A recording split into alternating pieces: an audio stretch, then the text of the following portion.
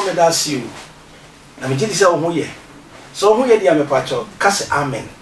Amen it say enye ho. Me pacho elum yawe eninchia ebrew. Arape ni ame kan se me be kire haban kakra enini. Na me kire ya che. Me say internet so nipa bebre atwa guso a wo kire fake things. Me pacho tie me. Em for the time ko hwe to kase e ko hwe nufu kase e hwe furu ma flat. No. And I know baby can say self for fruit here. And then go on worry. Hey, mamma, who can say, a fruit is me. I boy, ooh, yeah. Sometimes we can say, my father, Tanable, who for so, no for a tear, measure. For you for SMP. Subscribe channel. I like a channel. Now, my friend, I can say, me, I'm in a retired Jim, a couple of third. Papa, soon soon. Abraço se epija sunsun ye sunsun ma enche emihyiam ye ka sunsun sam me me kan se aha e attention tv multimedia me me kan se oba edan I like radio shim ehyimu a ensema be ko ho no odoketeke ehyimu orofoti ase na bra ho ase na di machi na wansena po bia wo ukogya wo nan no na wans sapo bi empose sakrachi ne didi onyankopon da ne janan obeyi amayu anyo fe odi ade bo wan sapo bi kum enso ko ni nuanam wo okotu ye no omhu sabe otokwan nti bra wo ja na wan sapo bi betima pu magote guye mu because ni nuane go mame wan sapo bi ni nuane go mame because no dey produce one and so kan shira somewhat na mo ba fie na ba nua jollof a na wan sapo bi be si so a was a balok bean and what someone sapo bi na mo no dey mia no bia na dey sama na ba horo nsa mame ayo bi ye bi ma wa ya kai ayo bi ye bi ma wa kai o ne fie chi ni abofo banku a uti ko wo ye ma wo fie no wo yi yefuna ye nti no ye wo sa fufu a uti ko wo ye ma ko ja wo nan no edani chananya onipa wo po se wo ho no e wansana po bi onyame nyeni bibi kwa ti sanne na obedi odi focus entwa kwa mu ano kire na okodi obi akwa mu na wo onyame fa so ma wo ho ani onyamo a me pa to ma ma were mfi ka ba bi a wo firi me se kai ba bi a wo ye de wo firi wan come and so aba come asiri o because enyame ni nkosua yami kabi yami chi ya ka so tin wo sunsuma odi fo kwaje ni me ka ho eni adi fo bebre sunsum mpanifo tin sa wo so obana ni sim kete ya nyama metima in seconds minutes me buru ba yesu me buru ba yesu da ko baba bo be tin wo sunsuma kire wo nyama metimi ye strong messenger ka samanda oda so a ebebo wo soro so ebebo me se won sina point tu me di wodi ane kakra wo fie wa ben kwa na wo ye ya wudi wi abeka ko de le janan no aya kai da bi sister brother aya kai da bi ajanan ni samba wo yamu a okwa amansan toilet so a ana okọ toilet ne so a obi a posia no pose no ai wan sina pobi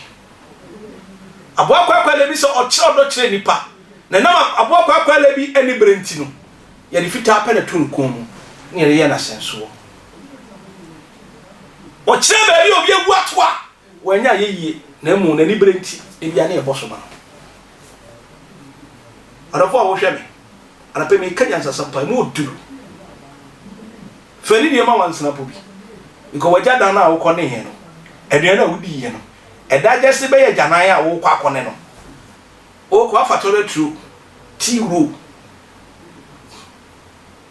se ba bi a toilet ne beto de mfa ho hwe mperefo bu kase bi se ba bi a beto bi aye poyem da bi o sa kasa na ye wrong ba bi a beto bi aye poyem da bi nti sa da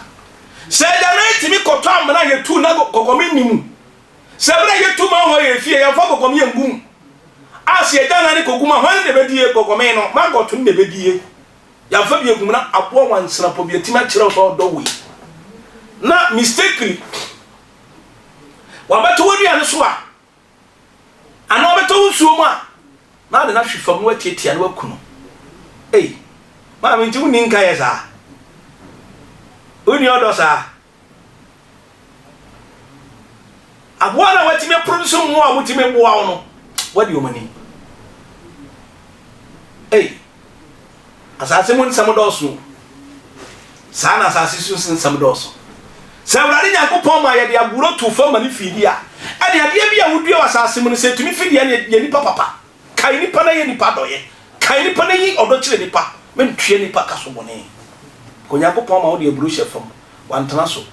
o ma ni fifie asase na ukoja ona ngumu no a wansana po bi ba be gu wi na pamo mo no wo wie na ukiti wo to mfante be se kiti wo to na sorry sasa se korona awurade amakwanya ma wo de buratu nye free ye mba no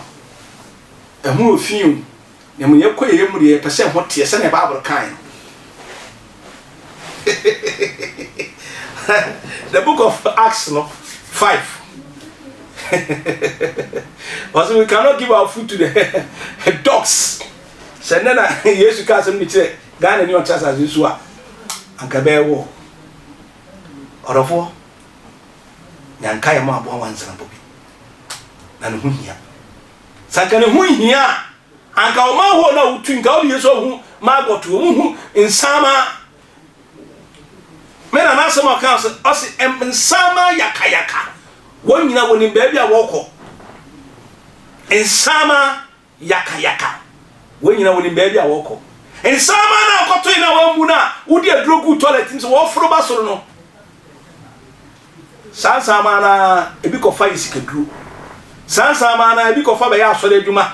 sansama na o mix toilet sansama na o ma fertilizer sansama na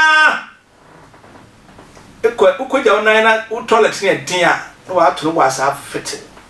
na oda afrasa ase na asase no ho aban faso anka nko fa preku toilet nko fa nantwi toilet nko fa mponche toilet emfa ngugu aburu ase na wo se ema omani o mami yankai wati yankai ya wapoa wonna odi boni tua de kano nkanti mu usuo wamfa ni suo ntwa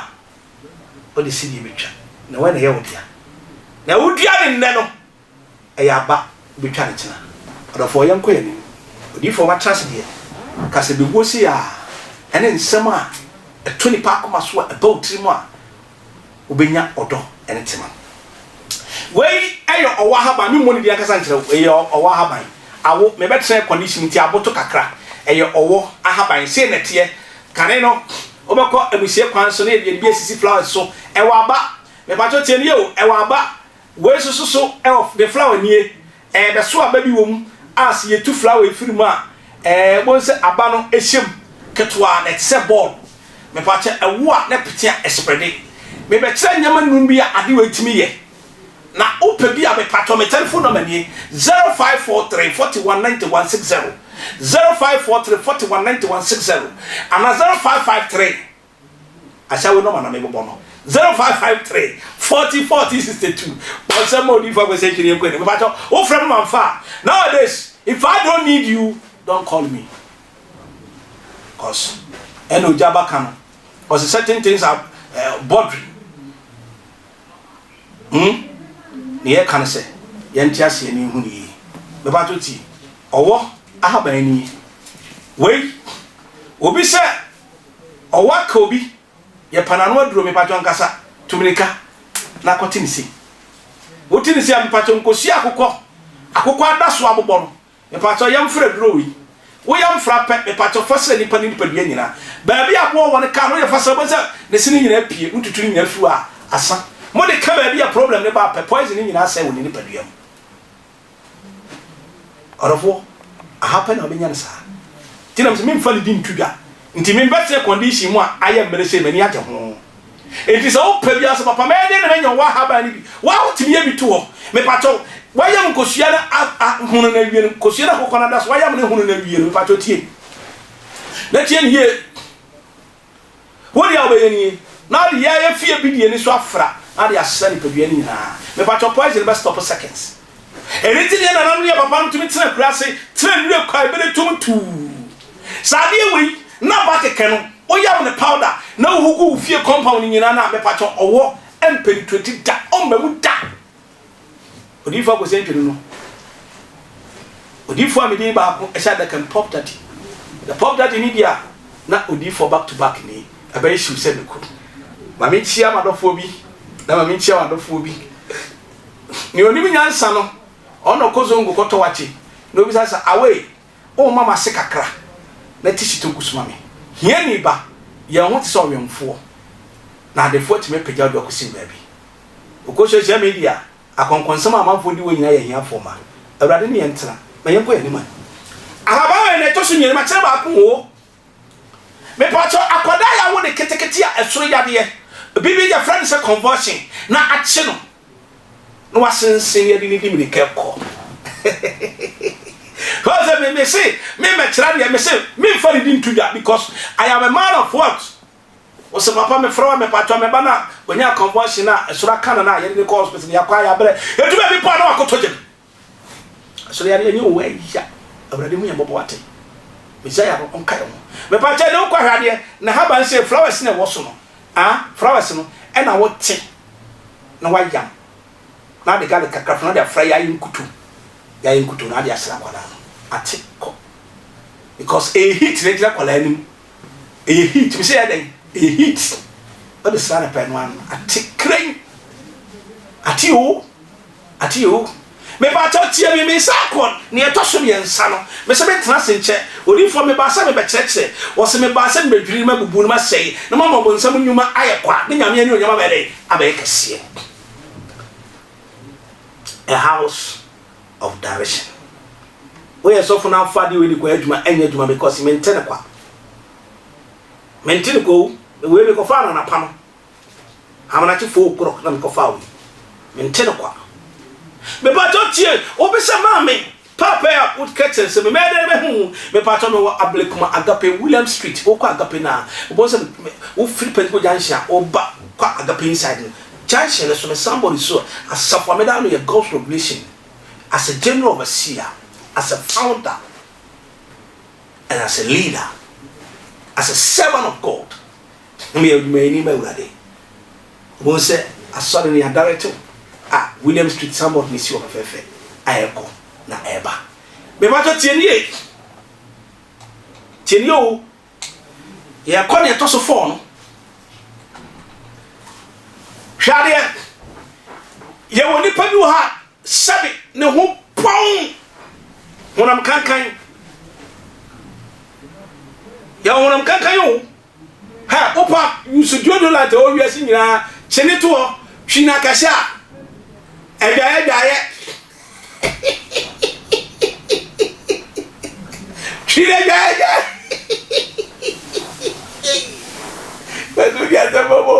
odi azababo ha you will be what three condition can come one no condition will look out of you. Oh my God!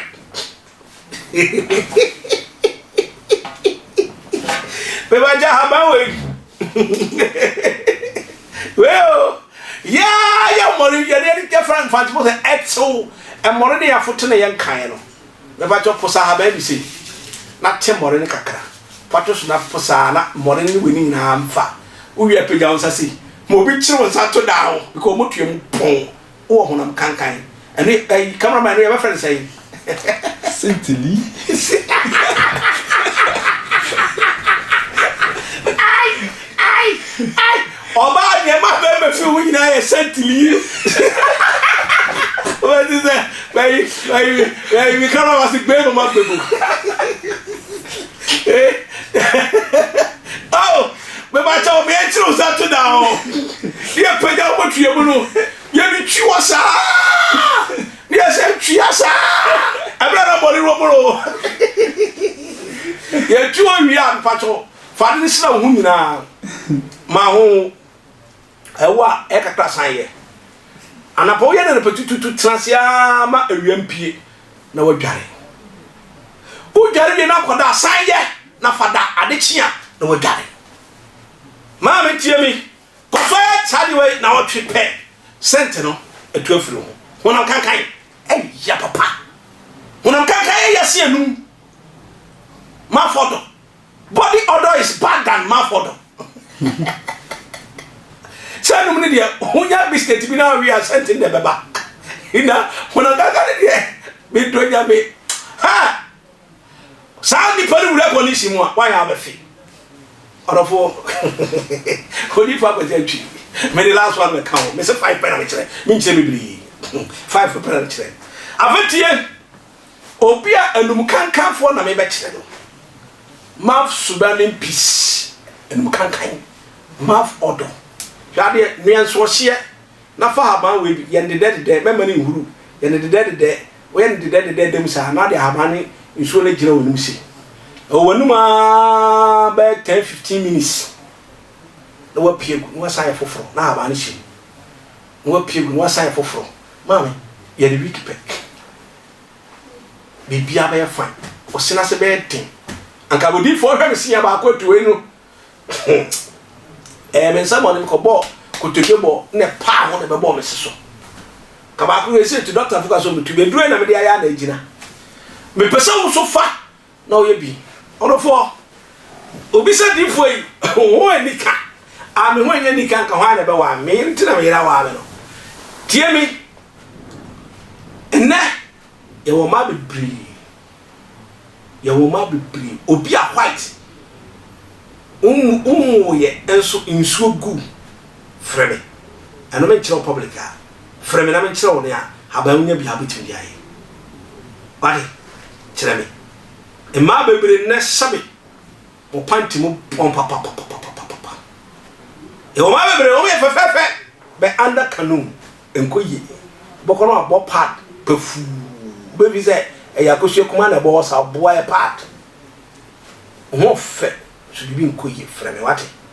amemwa enya me be mawo wasere orofo mi di prophet Antwi asafi e wo ablekuma kape William Street